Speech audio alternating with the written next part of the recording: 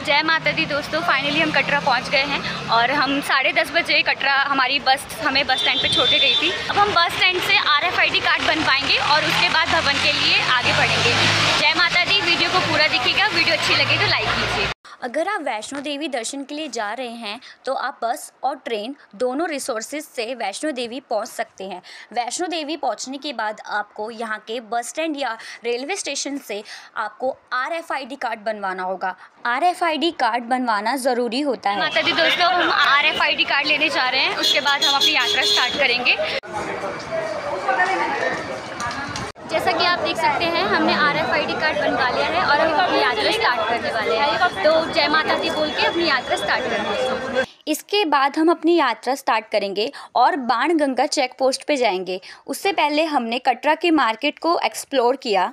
हम कटरा की मार्केट में घूमे और स्टूडियोज़ में जाके अपनी फ़ोटोज़ भी क्लिक करवाई। इन स्टूडियो में आकर आप अपनी फ़ोटोज़ भी क्लिक करा सकते हैं अपनी फैमिली के साथ, और हम लोगों ने भी फ़ोटोज़ क्लिक करवा ली है। अब हम आगे बढ़ रहे हैं बाणगंगा की तरफ। रास्ते में चलते चलते हमें भूख लगी और हमने खाना भी खाया और हमने कटरा की मार्केट से शॉपिंग की।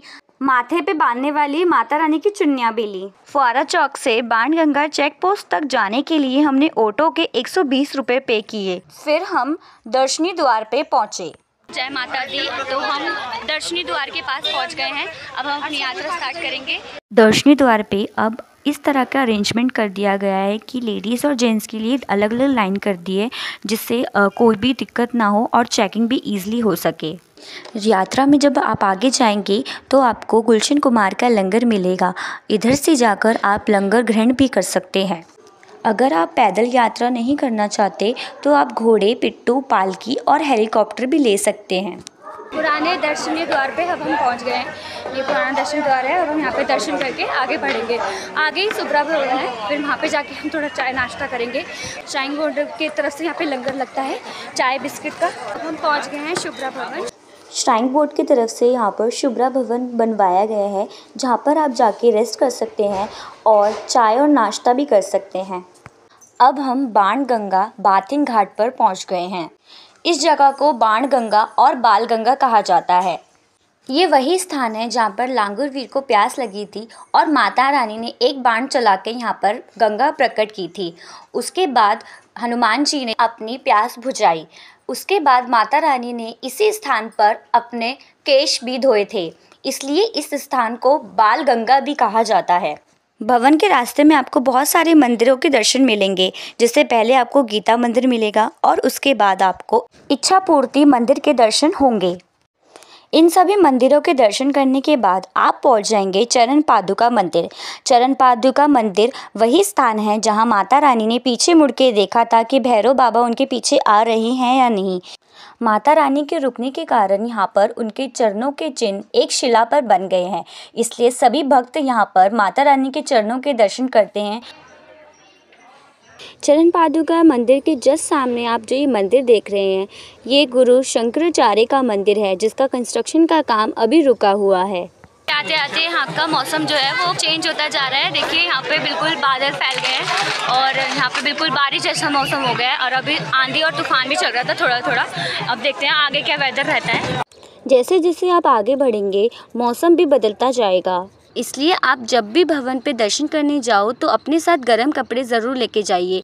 अब हम 5.5 किलोमीटर की यात्रा करके इंद्रप्रस्थ डाइवर्जन पे पहुंच गए हैं। इस डाइवर्जन पे आपको 2 रास्ते मिलेंगे। एक रास्ता आपको सीधा अर्धकुंवारी तक लेके जाएगा और दूसरा रास्ता आपको हिमकोटी मार्ग से कनेक्ट करेगा। इस रास्ते पे आपको बैटरी कार की सुविधा भी मिल जाएगी। आप बैटरी कार की टिकट्स ऑनलाइन बुक करके आइए। अगर आप बैटरी कार्स की टिकट ऑफलाइन करते हैं तो आपको 2 से 3 घंटा वेट करना पड़ेगा। अब शाम के 4:30 हो गए हैं और आप मौसम देख सकते हैं कि कैसा हो रहा है। एक साइड धूप हो रही है और एक साइड घने बादल हो रहे हैं। अचानक से ना यहाँ का मौसम ख़राब होने लगा है और यहाँ पे बारिश जैसा मौसम हो गया है और बहुत ठंडी ठंडी हवाएं भी चल रही है। अब हम अर्धकुंवारी पहुँच गए हैं। अर्धकुंवारी में आपको खाने पीने की वैरायटीज़ मिल जाएगी। अर्धकुंवारी वही स्थान है जहाँ पे माता रानी ने 9 महीने गर्भजून गुफा में जाकर तपस्या की थी और उसके बाद माता रानी भवन की तरफ चली गई थी। हम इससे पहले 2 बार वैष्णो देवी दर्शन करने आए थे, पर माता रानी की कृपा से इस बार हमको गर्जुन गुफा के दर्शन हो पाए।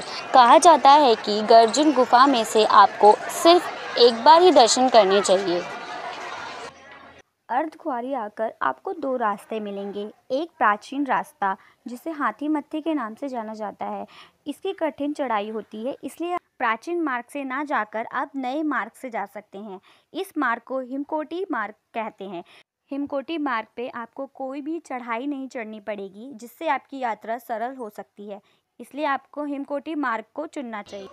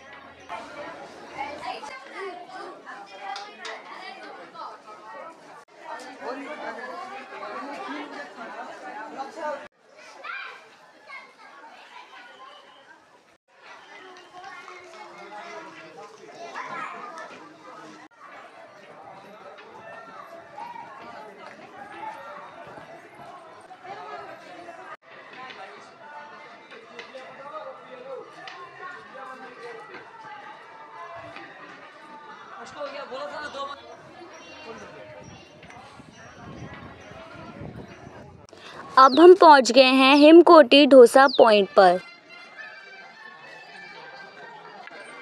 इधर से भवन 3 किलोमीटर की दूरी पर है।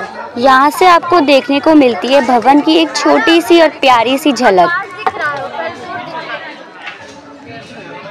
भवन पर पहुँच गए हैं। भवन पे नवरात्रि की तैयारियाँ चल रही है। यहाँ पे आप देख सकते हैं कितनी सुंदर तैयारी कर रखी है। चारों तरफ फूल लगा रखे हैं, बहुत ही अच्छी खुशबू आ रही है।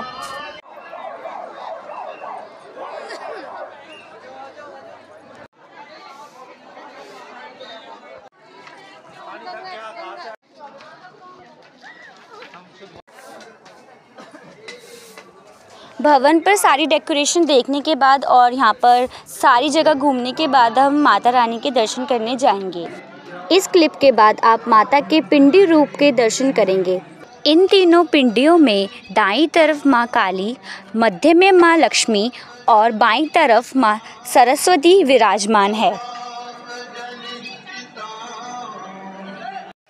गुड मॉर्निंग एवरीवन, जय माता दी। हमने माता रानी के दर्शन कर लिए और भवन पे थोड़ा रेस्ट भी कर लिया है। अब हम भैरव बाबा के दर्शन करने जाएंगे। हमने रोपवे की टिकट ऑनलाइन बुक करवा रखी थी। अब हम रोपवे से भैरव बाबा जाएंगे। भैरव बाबा अगर आप रोपवे से जाना चाहते हैं तो आपको अप एंड डाउन के रोपवे की टिकट 100 रुपीज़ की पड़ेगी।